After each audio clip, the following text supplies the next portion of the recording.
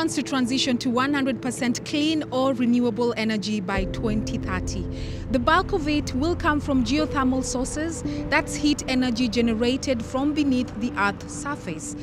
The country hopes the rest could be filled out by hydropower, wind turbines, thermal sources, and solar panels.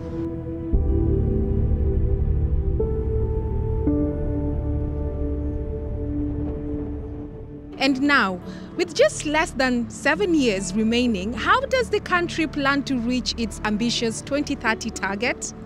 By 2030, we should be green. So that means we should have retired the thermals in Mombasa and the gas turbine in Moroni and any other thermals that are owned by independent power producers. Then to that extent, the government is also planning to upgrade the power transmission systems in this country. Kenya ranks 8th globally in geothermal production capacity, generating around 950 megawatts, which can potentially power 4 million homes, according to the government. We are just about to get to 1,000 megawatts. So we still have a huge potential in this country that has not yet been exploited. And the government is actually very keen. This East African country was the first in the continent to harness heat generated within the earth. That was in 1981 when it began the construction of the largest geothermal power plant in the Olkaria region of the Great Rift Valley. And in 2012, a second power plant in Eburu in the same region was put up.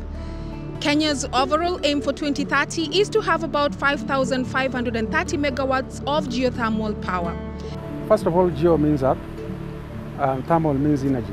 So we're basically harnessing the energy that is under the subsurface to your advantage. Now, how do we do this? In areas where the substructure is fractured, when it rains, rain percolates deep into the ground. So when the water percolates deep into the ground, it gets into contact with very hot rocks, and especially where we have magmatic bodies, like along the Rift Valley.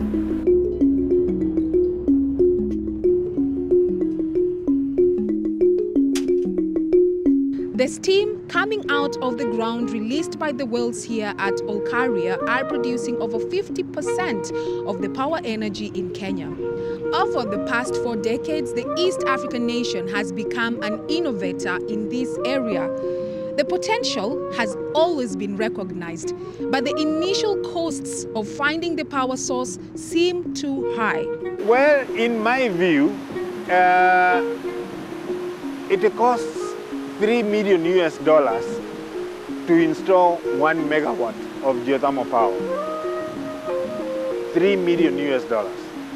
Any savings that you can do will be highly appreciated.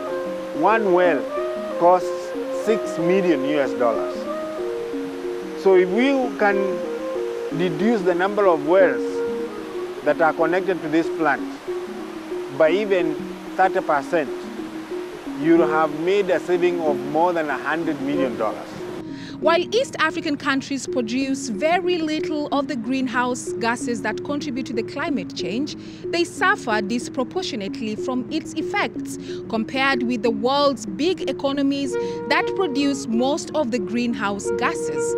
Therefore, using renewable energy has become a priority here. We have to manage climate change. And the only way you can manage climate change is by reducing the greenhouse gases that you emit to the atmosphere.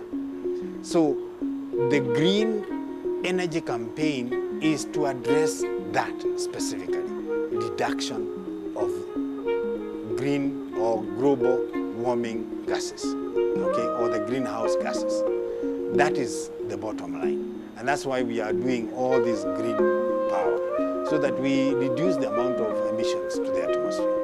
And now, Kenya is even providing expertise to geothermal efforts elsewhere in the region. Now for Ethiopia and Djibouti, we deployed our human resource to be able to assist them in the drilling of wells in in those countries, because again, they are also located along the African rift, and they have potential for geothermal energy. So ours is to support them by providing staff who have the drilling experience. This is an experience that we have developed over many, many years. And therefore, we are helping our neighboring countries, our brothers and sisters in the region, to also be able to export this green source of energy. Besides Ethiopia and Djibouti, geothermal energy linked to the East African Rift system also goes through Tanzania, Burundi, Rwanda, Uganda, and Eritrea. Africa has huge potentials for clean or renewable energy. Utilizing them properly is key in managing climate change in the continent and beyond.